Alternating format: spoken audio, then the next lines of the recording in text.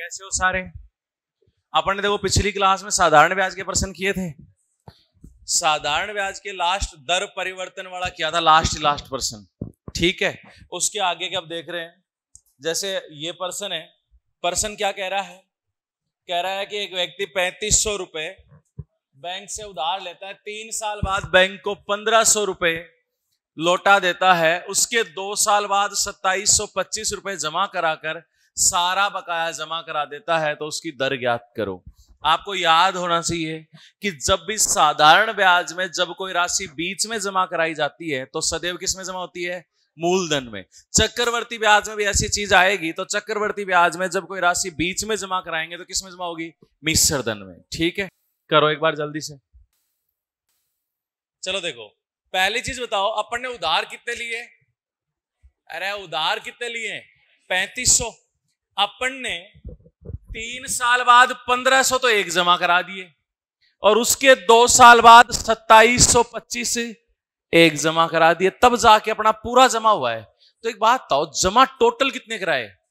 1500 और 2700, 3700 कहां है?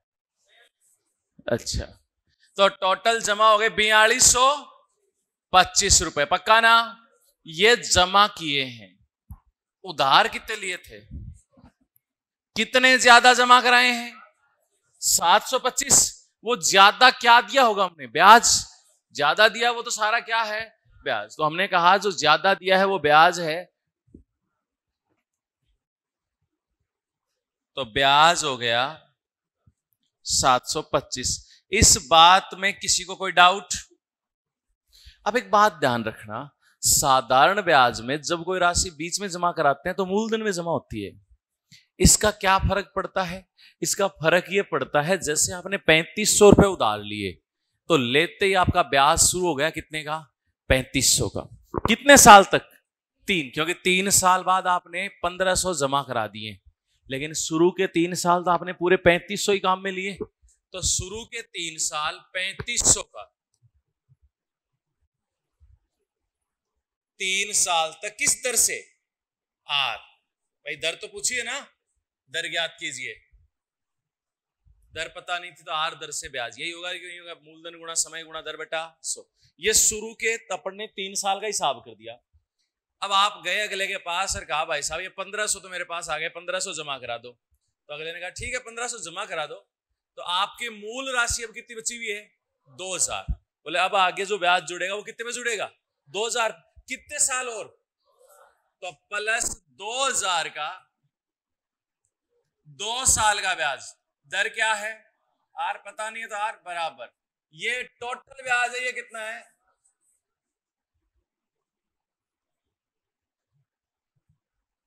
35 दिए,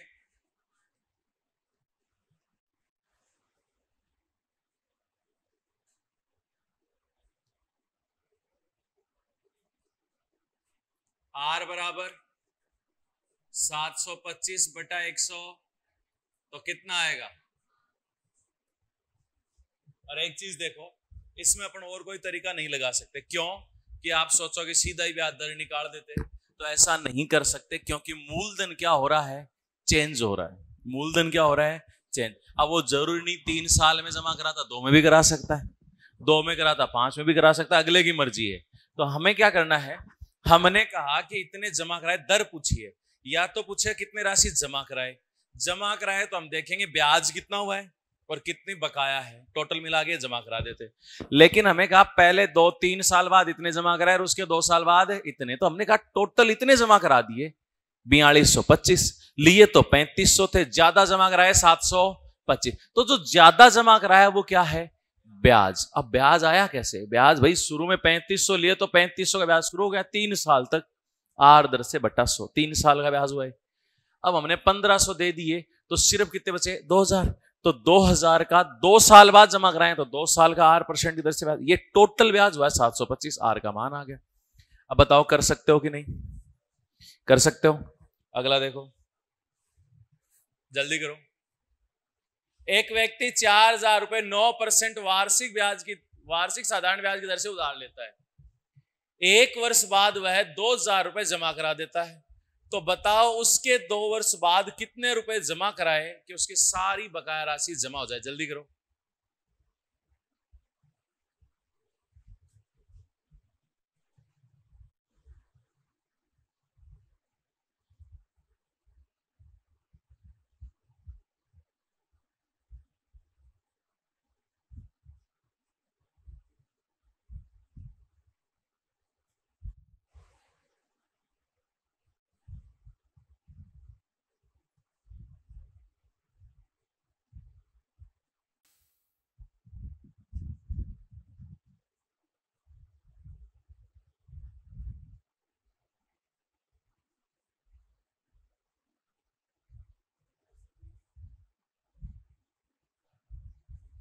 कितना आया?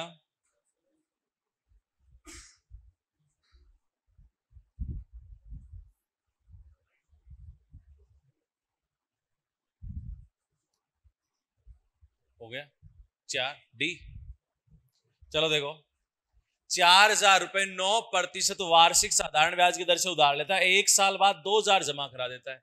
तो बताओ उसके 2 साल बाद कितने जमा कराए? तो हम क्या कहेंगे भाई, 4,000 उधार लिए थे, उसमें से 2,000 जमा करा दिए, तो 2,000 तो मूल राशि बाकी है, और क्या बाकी है? ब्याज। तो हम पहले ब्याज निकालेंगे और उसमें कितना जोड़ देंगे? 2,000। अगले को कहते हैं भाई ब्याज तो आपका ये हुआ है और 2,000 रुपए बाकी है, ये ले लो। तो हमने कहा ब्याज बताते हैं पहले।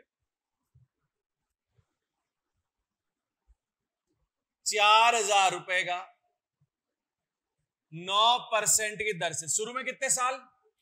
1 साल बाद ही जमा करा दिए, तो 1 साल का ब्याज। आप तो इतना ध्यान रखा करो कि ये जो राशि हम कितने समय काम में ले रहे हैं। 4,000 रुपए 1 साल तक काम में लिया, अब आपने 2,000 जमा करा दिया अगले को, तो अब काम कितने ले रहे हो? 2,000 ही। कितने साल तक?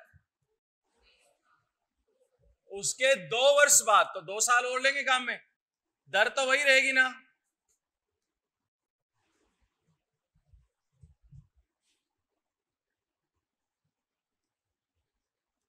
360 प्लस कितना हुआ? 720 रुपए क्या है? ब्याज। 2,000 रुपए आपने उधार, बाकी भी है आपके मूल में, तो कितने हो गए? 2,720।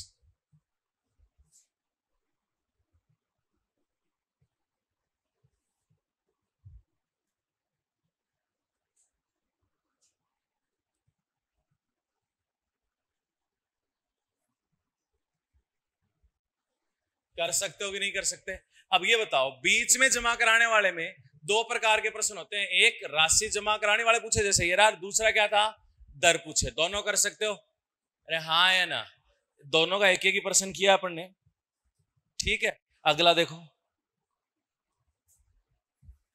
अब देखो यहां पे 2 अलग अलग समय का क्या दिया होगा? मिश्र। 2 अलग अलग समय का क्या दिया हो? मिश्र। इसको थोड़ा सा इंपॉर्टेंट लगा देना, मैं ही लिख देता हूं क्योंकि स्लाइड ही देखोगे आप। आपने गौर किया हो तो मैंने ज्यादा प्रश्नों को इंपॉर्टेंट लगाया भी नहीं है, कुछ एक कोई लगाया है, लेकिन जिनको लगाया उनको अच्छे से ही करोगे, 2 बार रिवाइज कर लोगे। ठीक है, देखो कोई राशि निश्चित साधारण ब्याज की दर से 2 साल में कितनी हो जाती है? 720, तथा 7 साल में 1,020 रुपए हो जाती है। एक चीज और ध्यान देना, मैं अभी बताता हूं, इसमें इस पर्सन में 2 साल में 720 हो जाती है, तथा 7 साल में, इसकी जगह ये लिख देता कि 5 और अधिक वर्षों में, तो भी तो कितने होते हैं? 7। यानी लाइन 2 तरीके से लिखी जाती है, या तो सीधा ही लिख दे कि 2 साल में इतनी और 5 और अधिक वर्षों में, इसका मतलब 2 तो हो गए, 5 और हो जाते कितने? 7 वर्ष में, और या फिर सीधा ही दे दिया कि 7 वर्ष में इतनी हो जाती है। तो मूलधन ज्ञात करो। यहां 2 प्रश्न बनते हैं, मूलधन पूछ सकता है या दर पूछ सकता है। मूलधन पूछ सकता है या दर। अब एक बात बताओ, अगर यहां मूलधन आ जाएगा तो दर भी आ जाएगी। मैं ही बता दूं या आप लोग कर रहे हो? बता दूं? 600 दर। देखो 2 वर्ष का मिश्र धन कितना है? 720। 7 वर्ष का मिश्र धन 1,000। मुझे एक बात बताओ, साल कितने बढ़े? 5। 5 साल में राशि बढ़ी है, ये जो बढ़ा है वो क्या बढ़ा है? ब्याज। भाई मूल राशि तो कभी चेंज होती ही नहीं है ना, भाई मैंने इनको मान लो 10,000 रुपए उधार दे दिए तो 10 ही रहेंगे। वो बढ़ के जो होगा वो मिश्र धन चेंज होगा किसकी वजह से? ब्याज के। क्योंकि पहले साल मान लो 1000 ब्याज है तो 11,000, दूसरे साल 1000 और मिल गया तो क्या हो गया? 12,000। यानी जो बढ़ता हुआ जा रहा है वो क्या बढ़ रहा है? ब्याज। तो यहाँ पे कितने साल बढ़े? तो 5 वर्ष का साधारण ब्याज कितने रुपए? अब एक बात बताओ, 5 साल का साधारण ब्याज पता तो 1 साल का नहीं बता सकते क्या? कितना? तो 1 वर्ष का साधारण ब्याज 300 में 5 का भाग दिया कितने रुपए? 60 रुपए। चलो ठीक है। अब हमें चाहिए मूलधन। हमारे पास मिश्र धन है, हमारे पास ब्याज है, तो हम मूलधन निकाल सकते हैं कि नहीं निकाल सकते? कैसे? मिश्र धन में से क्या घटाएंगे? ब्याज। तो हमने कहा कि मूलधन, अभी मैं इसमें एक बार वापस से पूरा लिख रहा हूं कि मिश्र धन माइनस ब्याज। अब एक चीज और ध्यान दे लेना, जब भी आप पेपर में बैठे होते हो ना तो ये चीजें पूरी नहीं लिखते हो, आप यही देखते हैं कि साल 5 बढ़ गए रुपए 300, तो 5 साल का साधारण ब्याज कितना? 300। तो 1 साल का कितना? 60। सीधा लिखते हैं 1 साल का साधारण ब्याज 60। इतना लिखने के बाद आप कहते हैं कि हमें मूलधन पूछा है, दर पूछे चाहे मूलधन, पहले मूलधन ही ज्ञात करना है। मूलधन पूछा है, मूलधन क्या होता है? मिश्र धन में से क्या घटा दें? ब्याज। अब आप में से कुछ कहेंगे सर मिश्र धन ले लिया मैंने 720, तो इसमें से कितने साल का ब्याज घटेगा? 1 साल का 60 है तो 2 साल का 720 में से 120 गए। अगर कोई ये कहता है सर मैंने तो 1020 ले लिया, तो उसमें से कितने साल का ब्याज घटता? 7 गुना तो भी कितना था? 600। अरे हाँ या ना? यानी कोई सा भी एक लेके कर देते। तो ये तो आ गया मूलधन। हमने कहा कि अगर बाई चांस दर भी पूछ लेता तो हम क्या कहते हैं? दर क्या होता है भाई? ब्याज गुणा, चलो लिख देता हूं अभी तो वापस, ब्याज गुणा 100 बटा मूलधन गुणा। एक बात बताओ, ब्याज कितना है? देखो 60 लोगे तो समय कितना? 1 वर्ष। 300 लोगे तो समय कितना? तो 60 गुणा 100 बटा मूलधन गुणा ये 60 रुपए कितने साल का है? कितने परसेंट आई? हाँ या ना? तो इसमें देखो दोनों इंपॉर्टेंट होते हैं। कौन कौन सा? दर भी पूछ सकता है और मूलधन भी पूछ सकता है। दर भी पूछ सकता है और मूलधन भी। ये इंपॉर्टेंट भी है, ध्यान रहेगा। नेक्स्ट कर ले।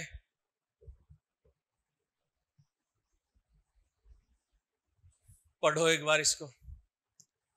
अब 3 चीजें बोलेंगे यहाँ पे, पहले एक बार प्रश्न पढ़ लो फिर मैं बताता हूं। आप लोगों का आंसर भी आना चाहिए। 2500 रुपए की राशि 2 भागों में इस प्रकार बांटते हैं कि पहले भाग को 7% की दर पे, दूसरे भाग को 5% की दर पे उधार दी जाती है। तो 2 साल में प्राप्त होने वाला साधारण ब्याज कितना है? 265 रुपए। तो 5% की दर पे दी गई राशि ज्ञात करो। अब एक सेकंड सामने देखोगे सारे। देखो अब एग्जाम नजदीक है, एग्जाम नजदीक है तो आपके दिमाग में एक साथ चीजें होनी चाहिए। राशि के टुकड़े कर रहा है ना, 2500 रुपए की राशि को 2 भागों में बांटा, तो आपके दिमाग में क्या आना चाहिए कि ऐसे में 3% बनते हैं। ऐसे में कितने परसेंट बनते हैं? 3। पहला बनता है टुकड़े करने के बाद टोटल ब्याज या ओवरऑल की दर दे। दूसरा बनता है जब दोनों हिस्सों का साधारण ब्याज बराबर दे। और तीसरा बनता है जब दोनों हिस्सों का मिश्र धन बराबर दे। दोनों हिस्सों का क्या बराबर दे? तो कितने टाइप के प्रश्न हो गए? 3। अब अगर आपने ये लाइन पहले ही लिख ली कि किसी राशि के 2 हिस्से करने पर 3 प्रकार के प्रश्न बनते हैं। पहला, दोनों की अलग अलग दर दी गई हो, दर तो दोनों की अलग अलग सब में देगा, एवं ओवरऑल की यानी कुल की दर या ब्याज दे, कुल की दर या ब्याज दे, तो वहां हम मिश्रण का नियम लगाते हैं। किसका नियम लगाते हैं? मिश्रण। सेकंड, जब 2 हिस्से करे दोनों का साधारण ब्याज बराबर दे। क्या बराबर दे? साधारण ब्याज बराबर। और तीसरा, जब दोनों का क्या बराबर दे? मिश्र धन। आप एक जगह लिखोगे क्या छोटा सा, कि मैं इस पे लिख देता हूं, देखो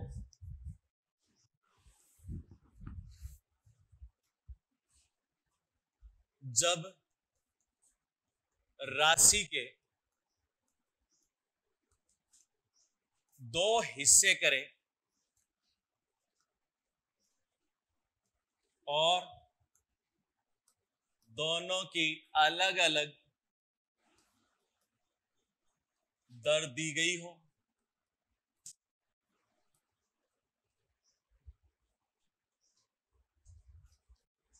अब सुनो, ये तो देगा ही देगा, दो हिस्से करेगा, दोनों की अलग अलग दर देगा, ठीक है। अब पहली कंडीशन बन जाती है साथ में कुल की दर अथवा ब्याज दे। दोनों हिस्सों की दर तो दे दी थी, अब कुल की दर दे सकता है, कुल का ब्याज। भाई ओवरऑल की दर ये प्राप्त हुई हमें, भाई हमने पहले हिस्से को मान लो 5% पे दिया, दूसरे को 15% पे दिया, ओवरऑल में 8% ब्याज प्राप्त हुआ। तो इसका मतलब दोनों को अलग अलग किया था, दोनों की अलग अलग दर दी, ओवरऑल की दर दे दी ना। अरे हाँ है ना। तो ऐसे में दर दे अथवा ब्याज दे, तो किसका नियम लगाएंगे?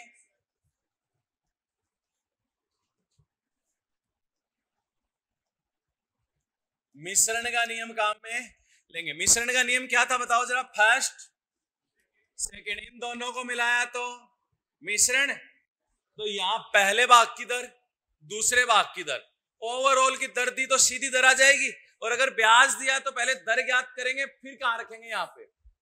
इधर इन दोनों का अंतर सेकंड माइनस एम, इधर इन दोनों का अंतर एम माइनस फर्स्ट, और ये प्रारंभ का क्या आ जाएगा?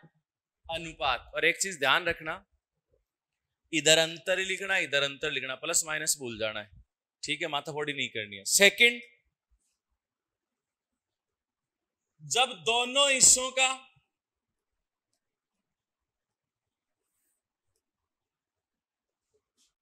साधारण ब्याज बराबर दे,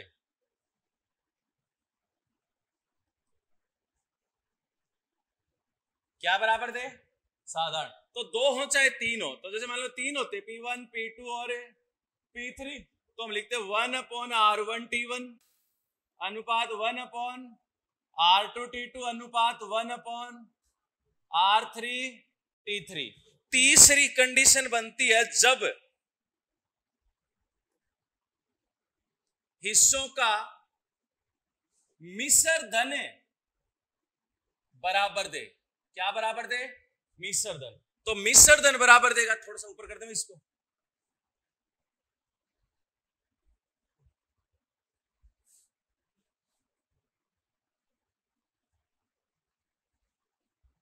तो क्या कहेंगे? P1 P2 P3 कितने हिस्से हो जाए?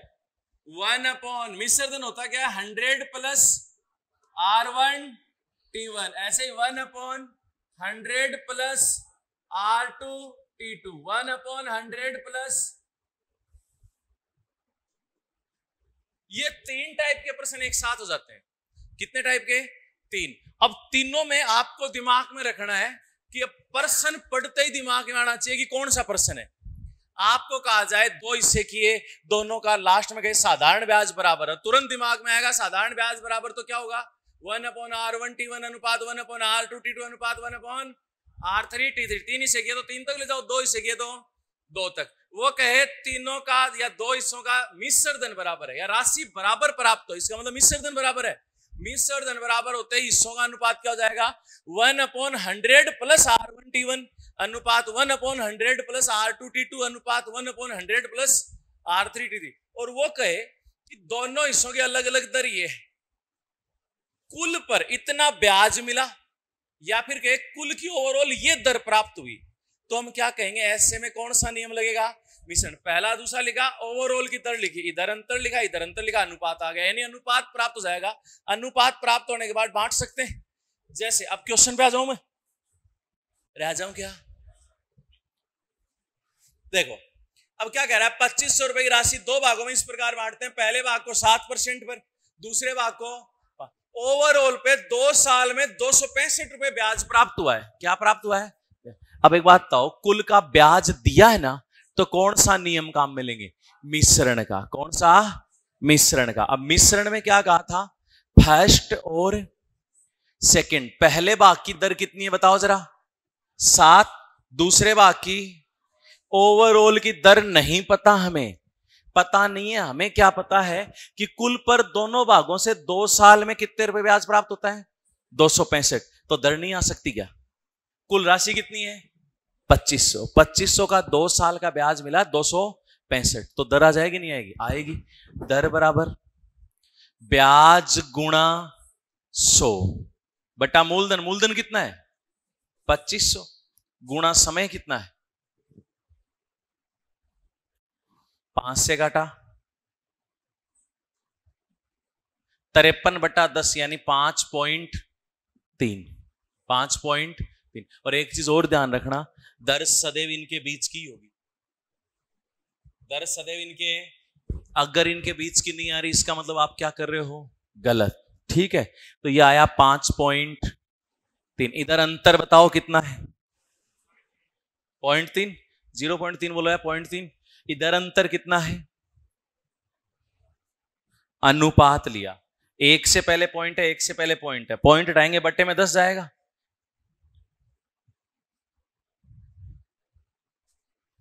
तीन अनुपात यानी टुकड़ों का अनुपात क्या है? 3:7। दोनों हिस्सों का अनुपात क्या है? 3:7। 17 सॉरी 3:17। 3:17। 3 और 17 20। टोटल राशि 20 हुई। 20 किसके बराबर है? 2500। तो 20 बराबर 2500। तो 1 बराबर 2500 बटा 20 कितना है? 100। अब आप देखो कौन सा पूछा है। 5% की दर पे दी गई राशि। 5% ये है या ये है? दूसरा इसके नीचे कितना है? तो किससे गुणा कर देंगे? 17 से। अगर 7% वाली पूछता तो 3 से। तो 17 से गुणा किया 125 गुणा 17।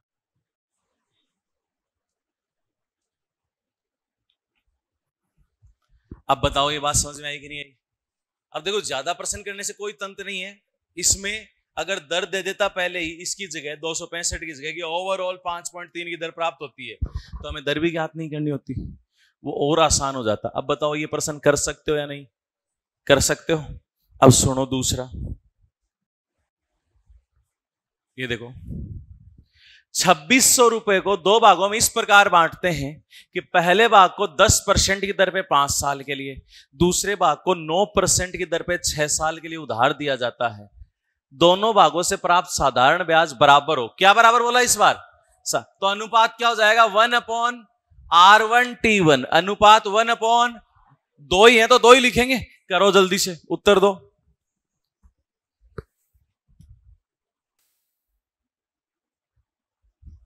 Second number. चलो चेक कर ले। अब देखो आपको था साधारण ब्याज बराबर है तो P1 और P2। आप ये बताओ पहला भाग कितने % की दर पर? 10% की दर पर कितने साल के लिए? दूसरा भाग ठीक है, दोनों से प्राप्त साधारण ब्याज बराबर है। 9% की दर वाला पूछा है ना, यानी कौन सा पूछा है? ये आपसे पूछा है। आपको पता है साधारण ब्याज बराबर तो 1/RT का ही लेंगे अनुपात। 1/R1T1 तो 1 बटे अनुपात 1 बटा,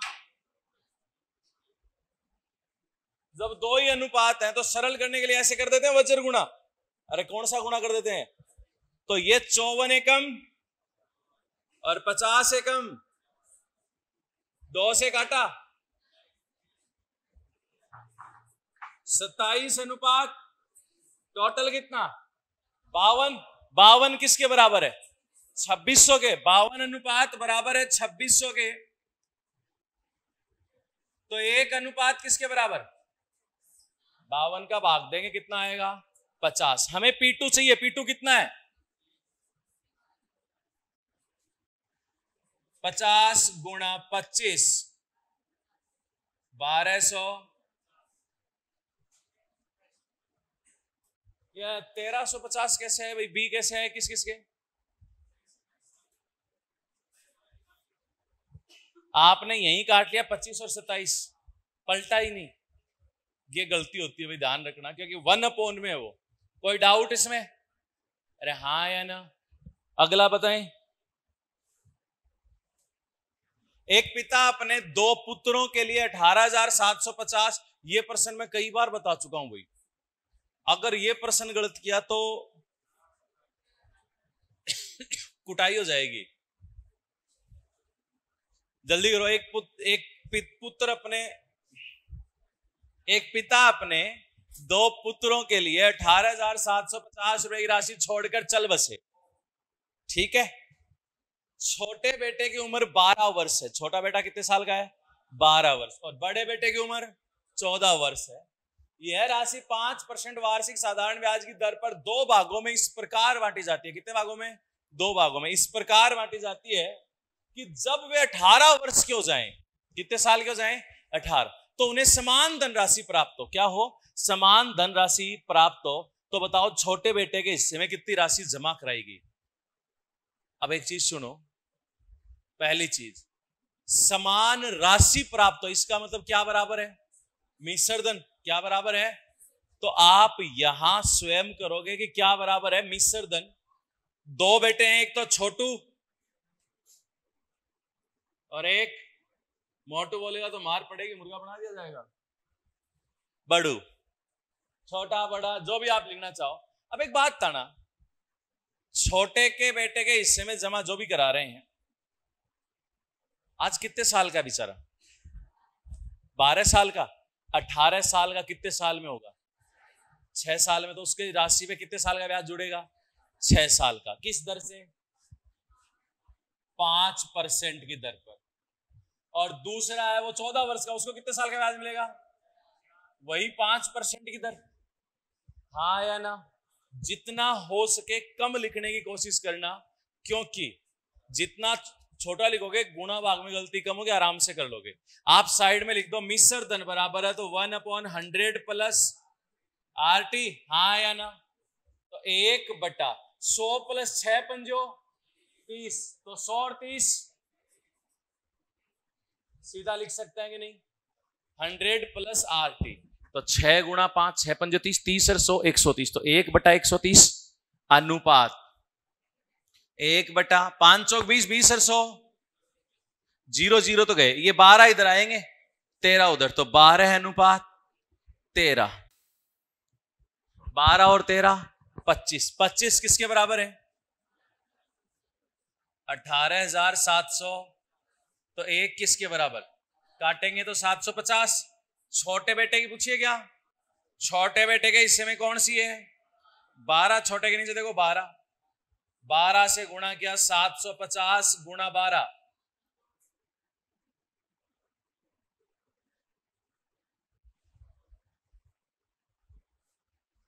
ठीक है भाई।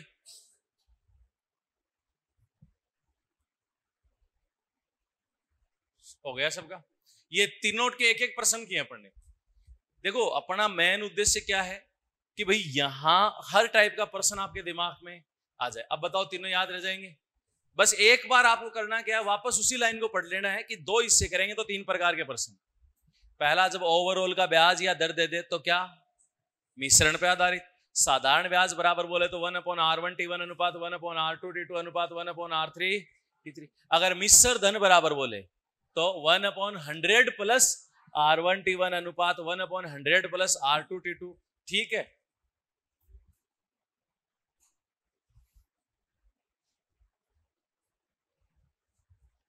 अलग अलग समय की अलग अलग दर दी जाए तो, जल्दी करो इसको।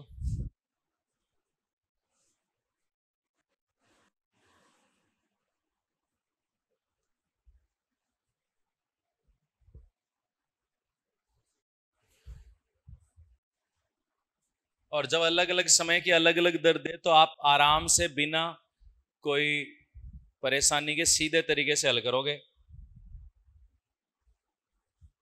करो, कोशिश किया करो। आप पहले एक बात तो, जब एग्जाम में बैठोगे, मान लो नॉर्मली बैठना तो ही कौन सी बात है, अपन उस टाइम प्रश्न को पढ़ेंगे, एकदम से कई बार नया प्रश्न होता है, कई बार हो जाता है भाई सामने। तो हम क्या है कि जब हम खुद पहले प्रैक्टिस करते हैं ना, कि खुद कोई भी प्रश्न आया, हमने खुद अपने मन से किया कि क्या करते, ट्राई करते, तो 100% होगा ही होगा। अब देखो यहाँ पे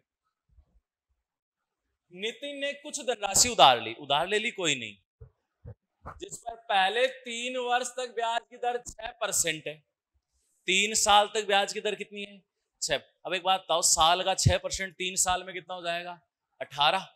ठीक है, अगले 5 वर्ष 9% वार्षिक,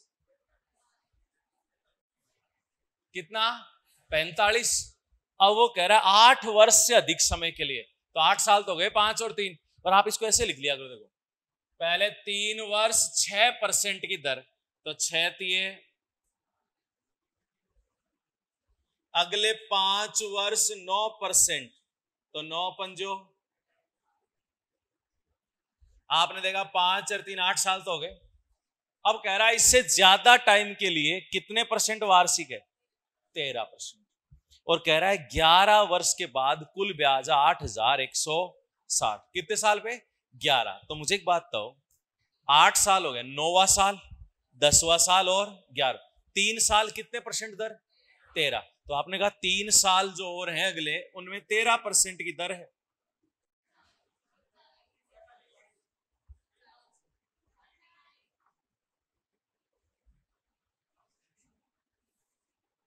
टोटल ये ब्याज होना चाहिए। वो कह रहा है कि ब्याज कितना है? कुल ब्याज 8,160। तो हमने कहा 102% बराबर 8,160, तो 1% बराबर 8,160 बटा 102, कितना आया? 80। 100% बराबर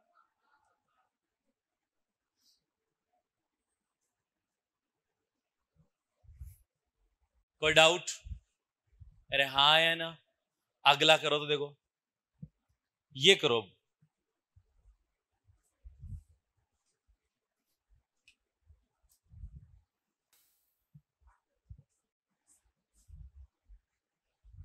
चलो देख लो। आदरणीय पधारे हुए सभी गणमान्य से मेरा विनम्र निवेदन है, सामने देखें। देखो, पहले तो हम क्या करें, पर्सन को ध्यान से पढ़ा कि भाई ये इतने साल के लिए, इतने साल के लिए, इतने साल के लिए। आपको जब भी एक चीज ध्यान रखना, अगर कोई पर्सन में आप अटक रहे हो तो उसको 2 बार पढ़ो कम से कम। कितनी बार पढ़ोगे? 2 बार, उससे चीजें समझ में आएंगी।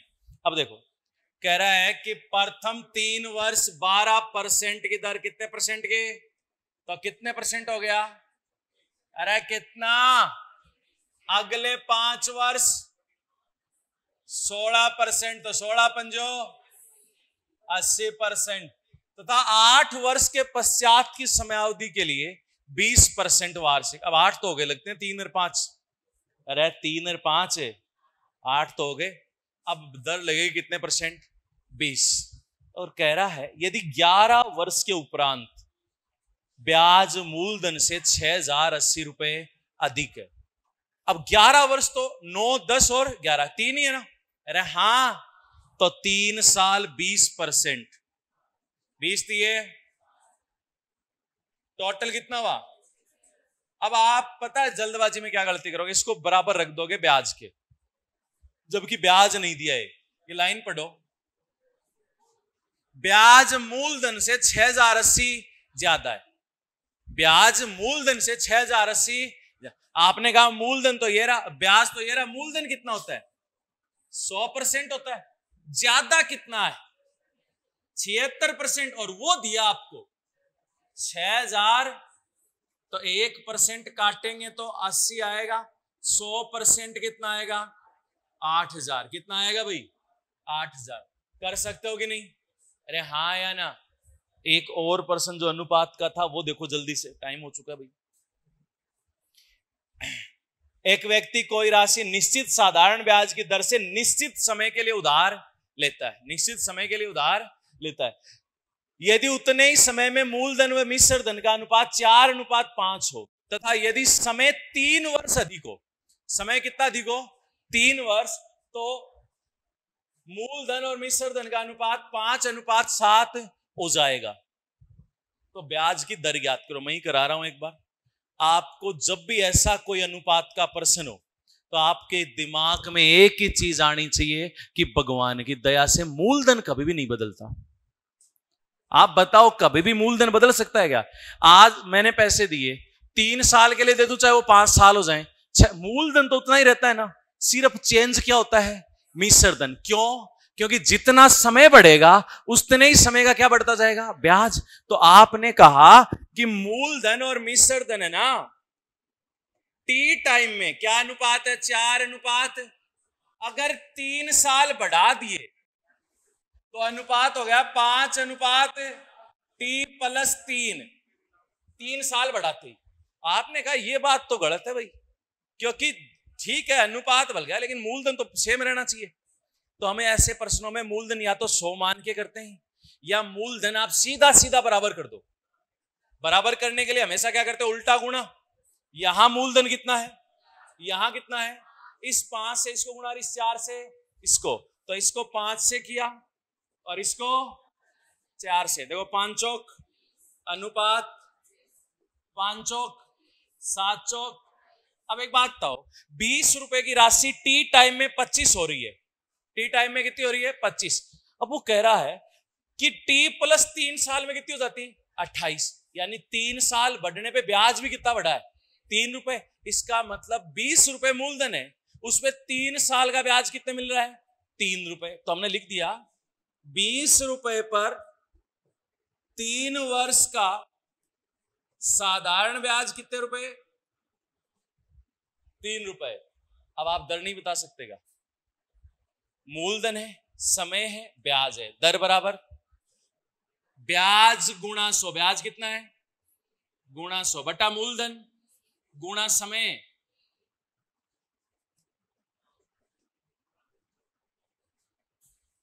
हाँ या ना? एक चीज और बताओ, यहां एक चीज और बचती है, वो बचती है किस्त। क्या बचती है? किस्त। किस्त याद है क्या किसी को? याद तो होनी चाहिए। हमने किस्त 2 तरीके से बताई थी, एक तो फॉर्मूले से और एक सीधे। एक बार करो जरा जल्दी से, लास्ट प्रश्न है।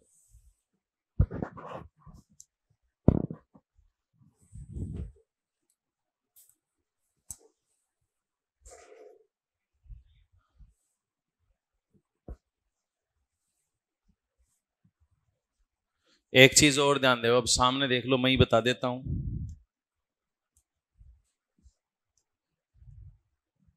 लास्ट है। बात ऐसी है, साधारण ब्याज में सदैव, जैसे ये बोला है 1740 रुपए की राशि 5 बराबर किस्तों में दे है, उधार नहीं ली है, इतनी राशि चुकानी है। ये लाइन आप नोट करोगे जो मैं बोल रहा हूं, पहले बोल देता हूं फिर नोट कराऊंगा, फिर सुनना, ठीक है? जब भी देखो क्या कह रहा है, 1740 रुपए की राशि 5 बराबर किस्तों में दे है, तो ऐसे में हमेशा साधारण ब्याज में क्या दिया जाता है? मिश्र धन। क्या दिया जाता है? मिश्र धन। अगर बाई चांस आपको मैं कह दूं कि 20,000 रुपए मैं आपको उधार देता हूं जो 5 साल में चुकाना है, तो पहले क्या ज्ञात करेंगे? मिश्र धन। पहले क्या ज्ञात करेंगे? ऐसा प्रश्न मैं आपको टेस्ट में दूंगा, देखते हैं, कल टेस्ट है ना, ऐसा प्रश्न आपको दिया जाएगा, देखते हैं आप करते हो या नहीं। तो अगर पहले मूलधन दिया हो तो उससे क्या निकालेंगे? मिश्र धन। ये लाइन लिख लो कि साधारण ब्याज की किस्तों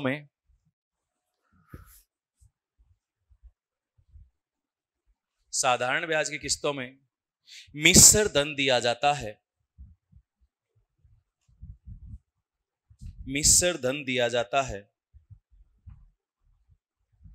अगर किसी कारणवश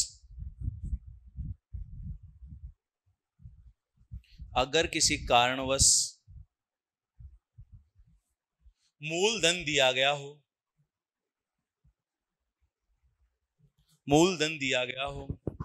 तो हम सर्वप्रथम मिश्र धन ज्ञात करके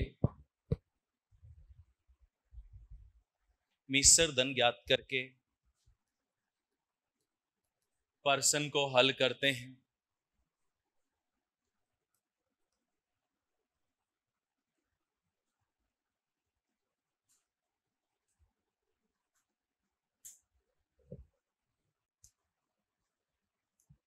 देखो किस्त का फॉर्मूला जिसको याद है वो तो ऐसे करता है, ए क्या है? अमाउंट यानी राशि, एन क्या है? किस्तों की संख्या, आर क्या है? दर। तो amount into 100, 100 n plus n, n minus 1/2 into r. जैसे यहां पे कितनी राशि है? अरे कितनी है? 1700 गुणा 100 बटा कितनी किस्तें? 5, तो 5 गुणा 100 प्लस 5, 5 में से एक गया 4 बटे 2 गुणा दर कितनी है? 8। 1740 गुणा 100 बटा 580 पक्का? अरे 4 4 16 16 5 80 80 और 500 580 भाग दे सकते हो आप आराम से। अब सुनो इधर, अगर हम ऐसे कहते तो हम कहते कि साधारण ब्याज में क्या होता है, अगर वैसे देखा जाएगा जो भी राशि आएगी ना उसको जोड़ोगे तो कम ही आती है हमेशा। आपको एक चीज ध्यान देनी है कि प्रत्येक किस्त पर ब्याज जुड़ता है।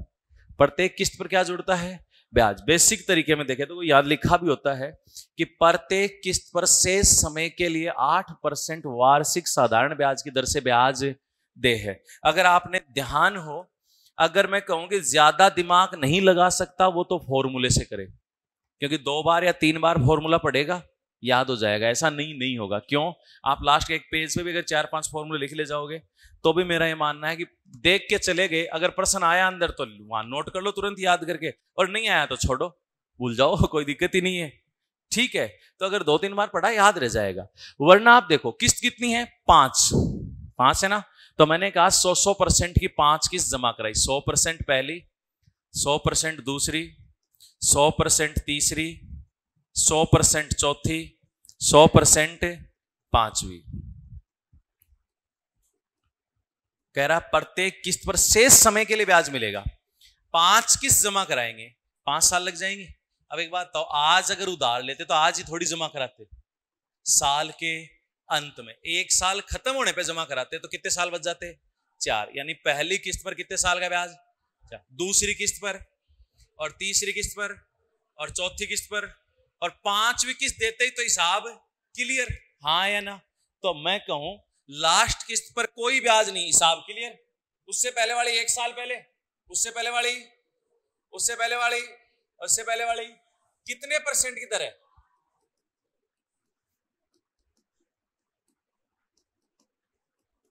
0 को 8 से गुणा करने की जरूरत, 8 चौक 32 और 100, 100, 100, 100, और ये टोटल यही जमा हुआ है 500 किस्तों में।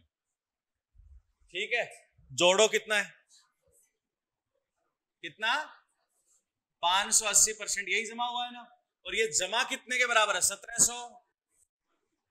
तो 1% बराबर 1740 बटे 3। ठीक है, चलो लिख देता हूं 3। 100% किस्त है तो कितनी हो गई? यहां भी 3 बार ही गया है, देखो ये का ये आया था, हाँ या ना?